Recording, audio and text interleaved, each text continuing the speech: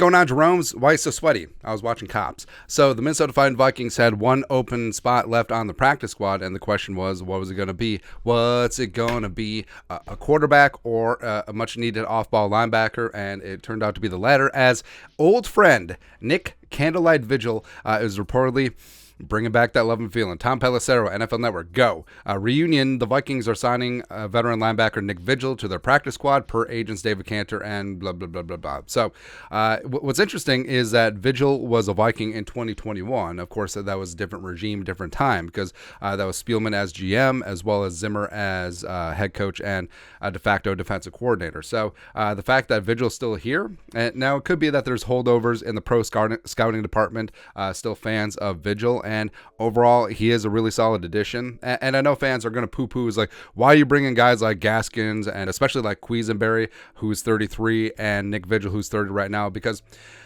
training camp and preseason is all about the future. You know, getting guys in, getting them experience, guys projecting towards the future. But right now, with the 53 in the practice squad, it's about dudes who can help you in 2023.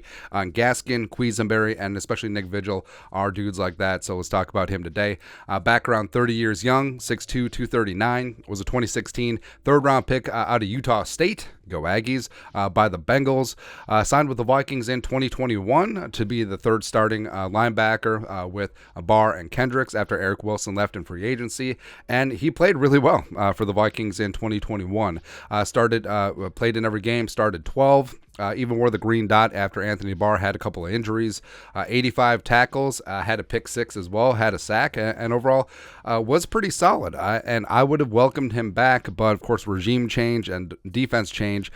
So he bounced in free agency. He went to the Arizona Cardinals last year, and then was in training camp with the Jets. So adding another chapter to the dumbest rivalry in sports history. I love it, man. But Vigil on the practice squad right now, I'm certainly okay with him being there. It could be a spot too, where if the Vikings do need a game day elevation, I think Vigil could be in that mix, because the Vikings currently have 4 off-ball linebackers. Now, yes, since the Vikings are running a 3-4 and predominantly a 3-man front, having minimal off-balls, I mean, it does make sense versus when the Vikings were a 4-3 team. But Pace, Asamoah, Hicks, and Dye.